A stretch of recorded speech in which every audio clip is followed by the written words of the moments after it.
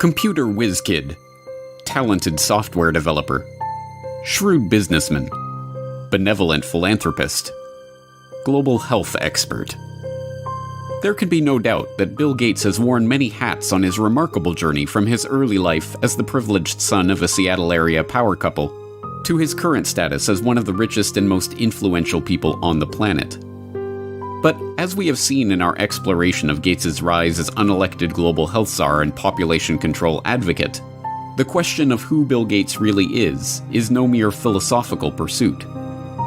Given that we are currently living through a crisis that has been predicted by Bill Gates, which is triggering a response from the global health organizations that the Bill and Melinda Gates Foundation has bankrolled, and driving us toward a vaccination and biometric ID solution which Bill Gates has been working on for years, the answer to the question, who is Bill Gates, is quickly becoming one of the most important questions of our lives.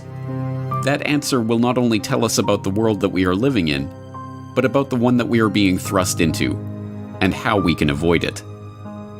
Today we will attempt to answer that question as we examine the motives, the ideology, and the connections of this man who has been so instrumental in shaping the post-coronavirus world. Meet Bill Gates. You're tuned into the Corbett Report. So who is Bill Gates? Some argue that he's a genius who leveraged his natural computer savvy into a billion-dollar fortune. You're called a genius, and I don't think that embarrassed you at all. They call you a genius. Part of your genius is that you are a computer whiz, and the other is that you did have the business acumen to turn it into a working company. Are you a business genius too? Well, I wouldn't say genius. Others insist that he is a visionary who has changed our lives with his foresight and bold imagination. Bill had a vision, and I understand it went back even then, that computing would be ubiquitous. It would be part of all of our lives. And indeed, as you all know, he executed on that vision, and the world today has changed so dramatically, in large part due to the work that Bill has done throughout the years. He has been hailed as a shrewd executive who built the Microsoft empire with his remarkable talent for business. When the biographers and historians write the history of the 20th century, Bill Gates is going to go down as the best businessman of our century, and Microsoft is one of the greatest companies of the 20th century. And he has been praised as a philanthropist who is selflessly devoting his wealth to improving the lives of people around the world. Bill, even your harshest critic would have to admit that your philanthropy work is, planet-shaking, incredible, and could be, if you make it a second act, so amazing that it would dwarf what you've actually done at Microsoft.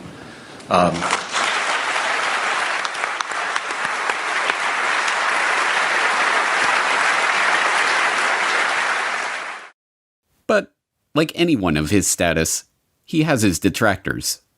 In the 1990s, he was often portrayed as the greedy head of the evil Microsoft monopoly.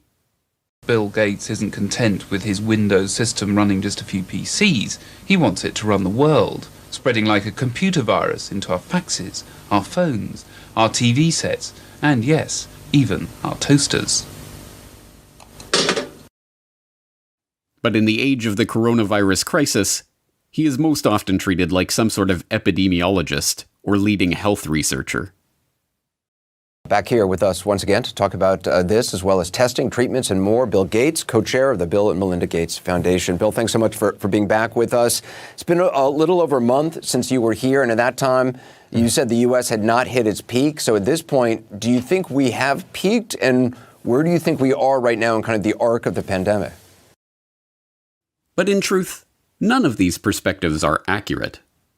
Microsoft's big break famously came from a deal to provide software for IBM as they moved into the personal computer market. But the deal was not the result of Gates' technical genius or amazing business acumen. As has been quietly admitted by IBM executives in the years since, Microsoft was given their shot at the chance to work with Big Blue as a result of Gates' mother's relationship with IBM CEO John Opel. You remember your partnership of IBM and Bill Gates. How did it break up? I do remember very well, actually. Bill Gates, at the beginning of our relationship with him, was living on pizza and Pepsi-Cola in Albuquerque, New Mexico. And his mother happened to be on the United Way board with our chairman and asked our chairman to help him. And, you know, when the chairman comes in and tells you to go help this kid, 900 people get on the plane Monday morning and they all go down to try to help Bill Gates. So I don't see Bill Gates as this great creative person. I see him as an opportunist. And in fact, in those days, there was a lot of sharing of software code. People gave it away. In Silicon Valley, they would share everything. He came in and he tried to control everything and put a price on it. Computer historians have long known how the basis for what became MS-DOS was not Bill Gates' brilliant imagination, but QDOS, a quick and dirty operating system that had been thrown together by Tim Patterson, a worker at Seattle Computer Products, as a placeholder until he could sell a proper operating system to his customers. And as even Gates himself admitted, the breakthrough graphical user interface that became the basis for Windows was ripped off from the researchers at the Xerox Palo Alto Research Center.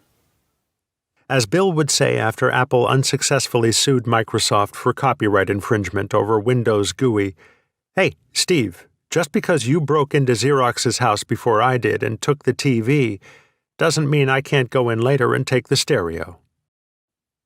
And, as Gates also admits, it is not a spirit of selfless generosity that motivates his interest in vaccines and other lucrative health interventions. I'd like to talk to you about your approach to vaccinations. You wrote something recently, and like you always do, you kind of looked at the problem from a scientific and business perspective on things. You've invested $10 billion in vaccinations over the last 2 decades, and you figured out the return on investment for that, and it kind of stunned me. Can you walk us through the math? You know, we see a phenomenal track record. It's been $100 billion overall that the world's put in. Our foundation is a bit more than $10 billion. But we feel there's been over a 20-to-1 return. So if you just look at the economic benefits, that's a pretty strong number compared to anything else. As we have seen, Gates's philanthropic investment scheme has paid off well, with his $50 billion net worth having ballooned to over $100 billion after his decade of altruism in the vaccine market. As critics of his foundation have repeatedly pointed out, the 9 million people who die every year of hunger would be best served by securing food supplies, running water, and other basic necessities, not costly medical interventions for rare diseases. But there is no return on investment to be made from that kind of charity. No, this is not about charity. It is about control. The population control grid that Gates has been quietly funding into existence for the past decade, a biometric identification system tied to a digital payments infrastructure that will be used to track, catalog, and control every movement, every transaction, and every interaction of every citizen, is just now coming into view.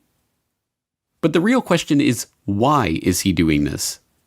What drives a man like Bill Gates, a man rich beyond the wildest dreams of avarice, to spend his time and invest his fortune in schemes to control the population? To find the answer to that question, we have to examine Gates's family background. Bill Gates, it should not be surprising to learn, was born into money. His great-grandfather, J.W. Maxwell, was the president of National City Bank in Seattle.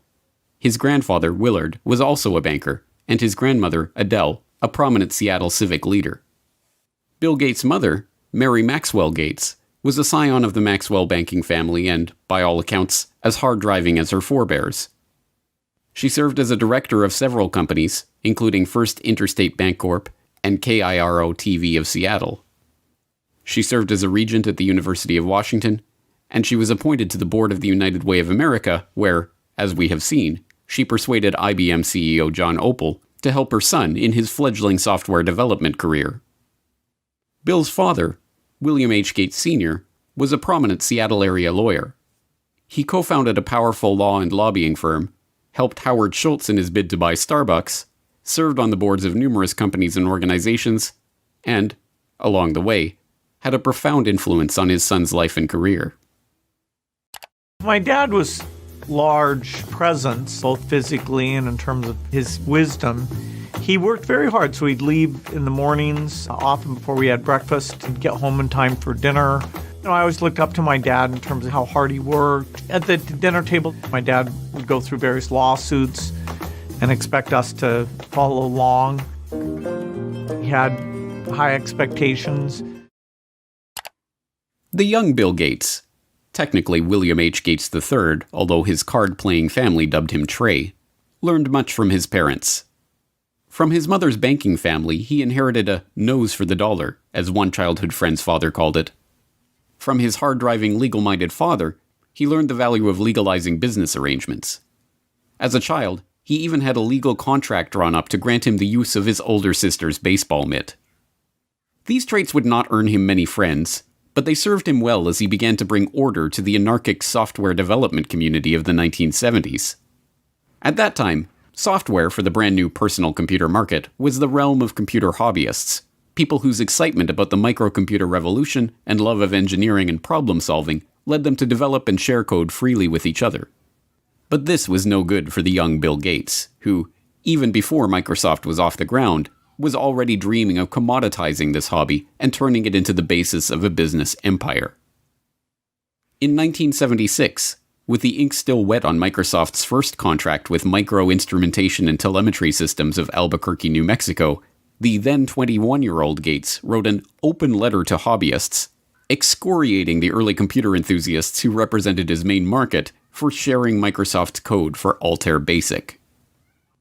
As the majority of hobbyists must be aware, most of you steal your software. Hardware must be paid for, but software is something to share. Who cares if the people who worked on it get paid? Is this fair?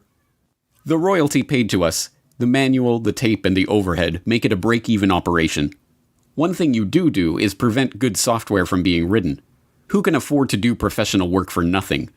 What hobbyist can put 3 man-years into programming, finding all bugs, documenting his product, and distribute for free? The fact is, no one besides us has invested a lot of money in hobby software. We have written 6800 BASIC and are writing 8080 APL and 6800 APL, but there is very little incentive to make this software available to hobbyists. Most directly, the thing you do is theft. The letter was awkward and tone-deaf, as many people have described the young Bill Gates in his social interactions. It heaped vitriol on the very people who would be the customers of any future business, and tried to change an established culture of sharing software code merely by decree.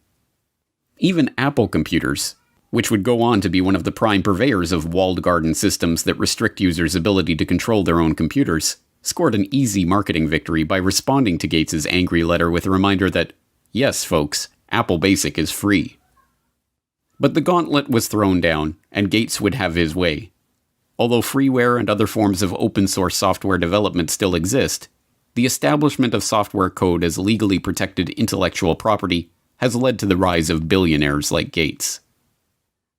A nose for the dollar and a knowledge of how to use the legal system to get what you want were not the only things to emerge from Bill Gates' childhood, however. His parents also encouraged discussion about the family's charity work and the causes they held close to their heart. As Gates revealed to Bill Moyers in 2003, those causes included the population issue, which sparked a lifelong interest in reproductive health. One issue that really grabbed me as urgent were issues related to population, reproductive health. But did you come to reproductive issues as an intellectual? When I was growing up, my parents were always involved in various volunteer things. My dad was head of Planned Parenthood, and it was very controversial to be involved with that. Gates tips his hand when he equates issues related to population with reproductive health. The topic is particularly controversial because population control and reproductive health have been used for half a century as a euphemism for eugenics, the discredited pseudoscience that holds that certain families are fit to be leaders of society by virtue of their superior genes. As we saw in Why Big Oil Conquered the World, eugenics was a field named and codified by Francis Galton, cousin of Charles Darwin. Ostensibly concerned with heredity and what would later be known as genetics, the eugenicists believed that the rich and powerful were rich and powerful not because of luck or chance or happenstance, and certainly not from the deployment of cutthroat business tactics and underhanded dealings. No, the rich and powerful had attained their status because they came from better stock. Conversely, the poor were poor because of their defective germplasm. As transparent as it seems to us today that this ideology was a self-serving self-justification for the ruling class, it was quickly taken up as the great social crusade of the early 20th century. From Teddy Roosevelt to H.G. Wells to Julian Huxley to Winston Churchill, there was widespread support for the eugenicist notion that society must strive to make sure that the rich and well-born breed as much as possible, and the poor, infirm, and feeble-minded be prevented from having children. A common eugenicist argument was that the scarce resources of society should not be used to support the lower classes, as that only encouraged more of their kind. Instead, life-saving medical care and intervention should be rationed so that those resources can be best put to use elsewhere. So-called negative eugenicists even took things further, with some, like famed playwright George Bernard Shaw, calling for people to be called before a state-appointed board to justify their existence or be put to death. But there are an extraordinary number of people whom I want to kill. Not in any unkind or personal spirit, but it must be evident to all of you, you must all know half a dozen people at least, who are no use in this world, who are more trouble than they are worth. And I think it would be a good thing to make everybody come before a properly appointed board, just as he might come before the income tax commissioners, and say every 5 years or every 7 years, just put him there and say, sir or madam, now will you be kind enough to justify your existence? But in the post-World War II era, as the name of eugenics became tarred by association with the Nazi atrocities, the talk of death panels and other harsh eugenicist notions was dropped from public conversation. Now, the quest to reduce the size of the poor population was spoken of as population control and reproductive health. Still, occasionally, these old negative eugenics ideas are revisited in moments of candor. You're raising tuitions at the University of California as rapidly as they can, and so the access that used to be available to the middle class or whatever is just rapidly going away. That's a trade-off society is making because of very, very high medical costs and a lack of willingness to say, is spending $1 million on that last 3 months of life for that patient, would it be better not to lay off those 10 teachers and to make that trade-off in medical costs? But that's called the death panel, and you're not supposed to have that discussion. It is worth questioning why this man, who openly muses about death panels and the trade-offs of providing healthcare to the elderly, is to be taken completely at face value in his attempts to slow population growth in the Third World, or to handle a coronavirus health crisis that primarily affects the elderly. That the Gates agenda is being driven by a eugenicist ideology is suggested by multiple lines of evidence, both historical and current. As we have also seen in Why Big Oil Conquered the World, the Rockefeller family was instrumental in funding and promoting eugenics, both in America and overseas. The Rockefellers helped fund the Eugenics Record Office. The founding director of the Rockefeller Institute for Medical Research, William Welch, sat on the ERO's board and helped direct its activities. The Rockefellers sponsored the studies of the eugenics researchers at the Kaiser Wilhelm Institutes in Germany, including Ernst Rudin, who would go on to draft Nazi Germany's forced sterilization law.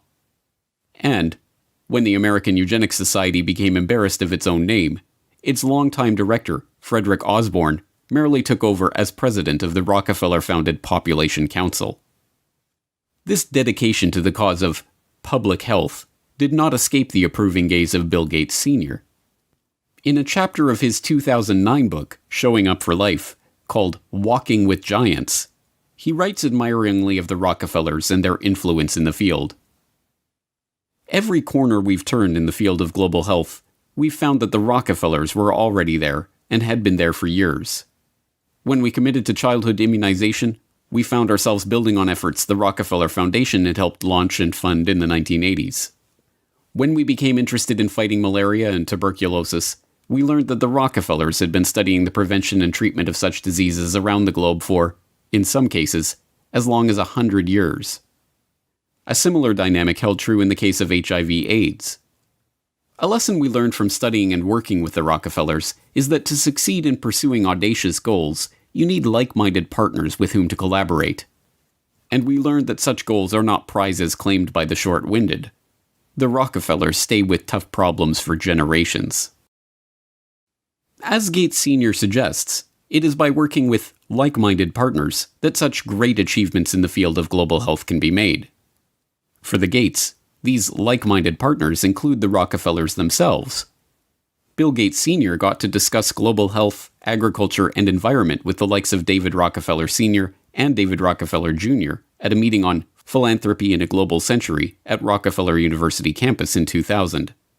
And Bill Gates, as we have seen, co-hosted a meeting on reducing the population with David Rockefeller in 2009. But the most salacious hints of a deeper agenda are not to be found in the Gates' public associations, but in the associations that they have tried to hide from the public.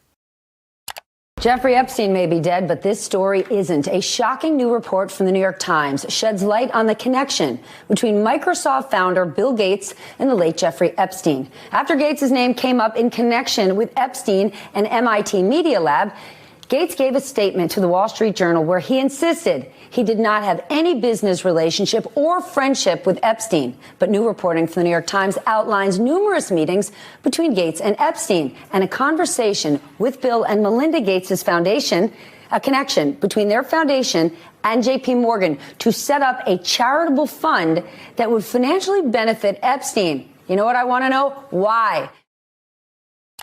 Beginning in August of last year, a string of information connecting Bill Gates to convicted sex offender Jeffrey Epstein began to emerge. Flight logs revealed that Gates had flown on Jeffrey Epstein's private jet. An email surfaced showing disgraced MIT Media Lab director Joy Ito, who resigned from his position after it was discovered that he had helped cover up Jeffrey Epstein's identity as an anonymous donor to the lab, informing his staff that a $2 million donation to the lab in 2014 was a gift from Bill Gates, directed by Jeffrey Epstein. As the story gained momentum, Gates tried to downplay the relationship, with a Gates spokesperson protesting that Gates didn't know it was Epstein's plane, and Gates himself insisting that, "I didn't have any business relationship or friendship with Epstein." This was immediately contradicted by the New York Times, who reported in October of 2012 that Gates had in fact met with Epstein on multiple occasions, even going so far as to discuss the creation of a multi-billion-dollar charitable fund with seed money from the Bill and Melinda Gates Foundation and JP Morgan Chase. According to the Times, Gates emailed his colleagues about Epstein in 2011. "His lifestyle is very different and kind of intriguing, although it would not work for me." Epstein's will even named Boris Nikolic, a Harvard-trained immunologist who served as the chief scientific advisor to both Microsoft and the Bill and Melinda Gates Foundation, and who appears in the sole publicly known photo of Epstein and Gates' 2011 meeting at Epstein's Manhattan mansion, as the backup executor of Epstein's estate. It is not difficult to see why Gates would try to distance himself from his relationship with a child sex trafficker. Epstein, after all, is suspected of ensnaring high-ranking politicians, businessmen, and even royalty in an intelligence-directed honeypot operation, recording them in the act of sexually abusing underage girls and using that evidence as blackmail. But, as it turns out, the attempt to suppress the Gates-Epstein story may have been an attempt to suppress the revelation of an altogether different shared interest. Sources say several accusers have come forward in New Mexico, where Epstein owns a sprawling ranch. According to a new report published in the New York Times, not verified by NBC News, Epstein wanted to use the ranch for controlled breeding, using his DNA to improve humanity. Citing 2 award-winning scientists and an advisor to large companies and wealthy individuals, the article reports Epstein surrounded himself with leading scientists and would tell them he wanted to have 20 women impregnated at a time on the ranch. The already scarcely believable Jeffrey Epstein story took another bizarre turn in August of 2019, when it was reported that Epstein hoped to seed the human race with his DNA. As the New York Times explained, Epstein's plan to impregnate 20 women at a time at his New Mexico ranch in order to seed the human race with his DNA, a plan he told to a number of the scientific luminaries he kept in his orbit, put a modern gloss on a very old idea. Mr. Epstein's vision reflected his long-standing fascination with what has become known as transhumanism, the science of improving the human population through technologies like genetic engineering and artificial intelligence. Critics have likened transhumanism to a modern-day version of eugenics, the discredited field of improving the human race through controlled breeding. Epstein's interest in genetics led him to sponsor a number of scientists working in the field, including George Church, a Harvard geneticist whose lab received funding from Epstein's foundation from 2005 to 2007 for cutting-edge science. Church publicly apologized for his connection to Epstein, which included several meetings a year from 2014 onward.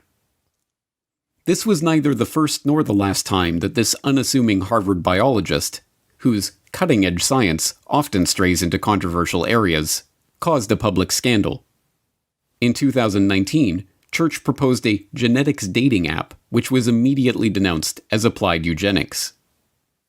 Church also acted as scientific advisor to Editas Medicine, a startup seeking to use the genome editing tool CRISPR-Cas9 to eliminate diseases by deleting the parts of a genetic code responsible for the illness.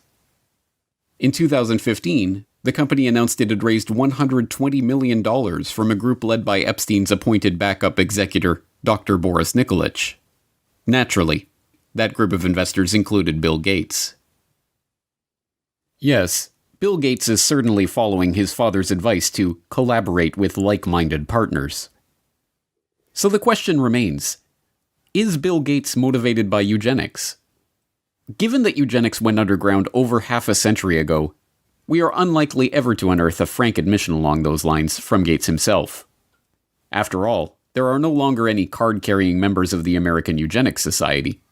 The society was rebranded in the 1970s when, as the society's founder noted, it became evident that changes of a eugenic nature would be made for reasons other than eugenics, and that tying a eugenic label on them would more often hinder than help their adoption.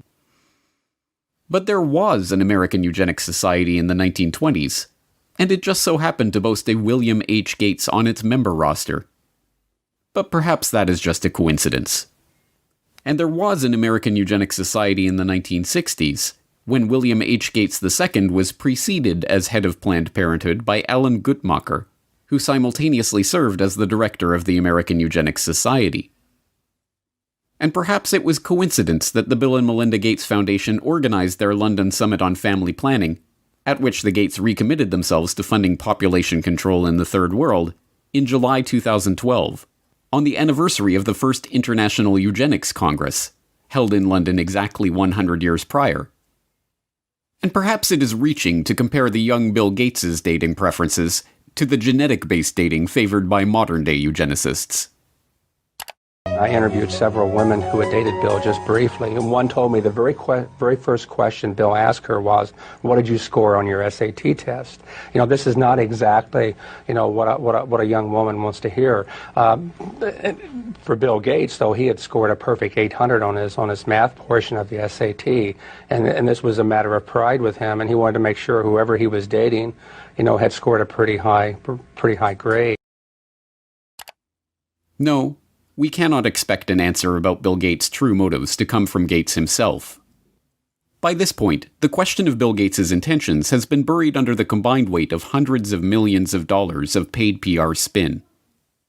Like the Rockefellers before them, the Gates have long since learned the secret of enlarging their family fortune, not to mention their control over the human population, by donning the mask of philanthropy. There are many perspectives on Bill Gates. Depending on who you ask, he is a computer savant, a genius businessman, or a saintly philanthropist. But all of these perspectives have been brought to you through PR outlets founded or funded by the Bill and Melinda Gates Foundation. Bill Gates is no longer a subject for historians but hagiographers. Now we must confront the question of why this man is motivated to build such a web of control. Control over our public health agencies. And for all 193 member states, You must make vaccines a high priority in your health systems to ensure that all your children have access to existing vaccines now and to the new vaccines that have recently become available. Control over our identities. And the lack of an ID system is a problem, not just for the payment system, but also for voting and health and education and taxation. And so it's a wonderful thing to go in and create a broad identification system. Control over our transactions. Once financial flows go underground, where you have lots of legitimate transactions mixed in with the ones you want to track, and once they're going over a digital system that the U.S. has no connection to, it's far more difficult to find the transactions that you want to be aware of or that you want to block. And even control over our bodies. But we're going to have this intermediate period of opening up, and it won't be normal until we get an amazing vaccine to the entire world. We must confront the possibility that this quest for control comes not from a selfless spirit of generosity that never seemed to exist before he became a multi-billionaire, but from the same drive for money, the same desire for domination, and the same sense of superiority that motivated him on his way up the corporate ladder. But if the answer to the question, who is Bill Gates, is Bill Gates is a eugenicist, that tells us some important things about the world that we are living in. It tells us that Gates is deceiving the public into supporting his takeover of the world with a false front of philanthropy. It tells us that the goal of the Gates, like the goal of the Rockefellers before them, is not to improve the world for humankind, but to improve the world for their kind. And most importantly, it tells us that Bill Gates is no comic book supervillain, single-handedly directing all of the chaos that is unfolding in the world or single-handedly bringing his own order to that chaos. No, if Bill Gates is a eugenicist, driven by a belief in the superiority of himself and his fellow wealthy elitists, then what we are facing is not one man, or even one family, but an ideology. This is not a trivial point. One man, whatever his wealth, can be stopped easily enough. But even if Bill Gates were to be thrown in jail tomorrow, the agenda that has already been set in motion would continue without missing a beat. An entire infrastructure of researchers, labs, corporations, governmental agencies, and public health bodies exists, funded more often than not by Gates, but driven by the belief of all those millions of people working for these various entities that they are truly working in the best interest of the people. No, an ideology cannot be stopped by stopping one man. It can only be stopped when enough people learn the truth about this agenda and the world of total, pervasive control that is coming into view. If you have watched all 4 parts of this exploration on Bill Gates, then you are now one of the most informed people on the planet about the true nature of this agenda. You have seen how the takeover of public health has been used to railroad the world into a headlong rush toward mandatory vaccinations, biometric identification, and digital payments. You have seen how the pieces of this puzzle fit together, and how they represent a far greater threat to the future of humanity than any virus. Here is the good news. Armed with this information, you have the antidote to the scourge of this eugenicist ideology. The truth is that ideologies are viruses of the mind. They spread from person to person, infecting them with ideas that can lead to a disease of the body politic. But here is the even greater truth. Inoculations do work. Inoculations of truth against the lies of those spreading their poisonous ideology. If you have made it this far, it is incumbent on you to help inoculate those around you against the corrupt ideology of Bill Gates and all those who seek to control the population of the world. You must help to spread this information so that others have a chance to see the bigger picture and decide for themselves whether they are willing to roll up their sleeves and accept what is coming or not. But time is not on our side. Even as we speak, mass vaccination campaigns are being prepared. We are already building our plans to vaccinate the whole city of Chicago and working with others across the region on a major plan for this. We've bought syringes, we've bought cold boxes, we've planned out locations. Biometric identification schemes and immunity passports are already being rolled out. And so while we started with travel, at our core, we're a biometric secure identity platform, where it's always been about attaching your identity to your boarding pass at the airport, or your ticket to get into a sports stadium, or your credit card to buy a beer. And so now with the launch of Clear Health Pass, it's about attaching your identity to your COVID-related health insights for employers, for employees, for customers. Programs for tracking, tracing, and surveilling the entire population are already being beta tested. Today, we are launching another useful tool that can supplement the critical detective work we are conducting in public health. Alberta Trace Together is a voluntary, secure, mobile contact tracing application to help prevent the spread of COVID-19. And the digital payment infrastructure, the system of financial exclusion that will allow governments to turn off our access to the economy at will, is being put into place. In order to avoid the risk of transmission through physical handling of money, we encourage the use of cashless transactions, such as mobile money, M-Pesa and otherwise, and credit cards.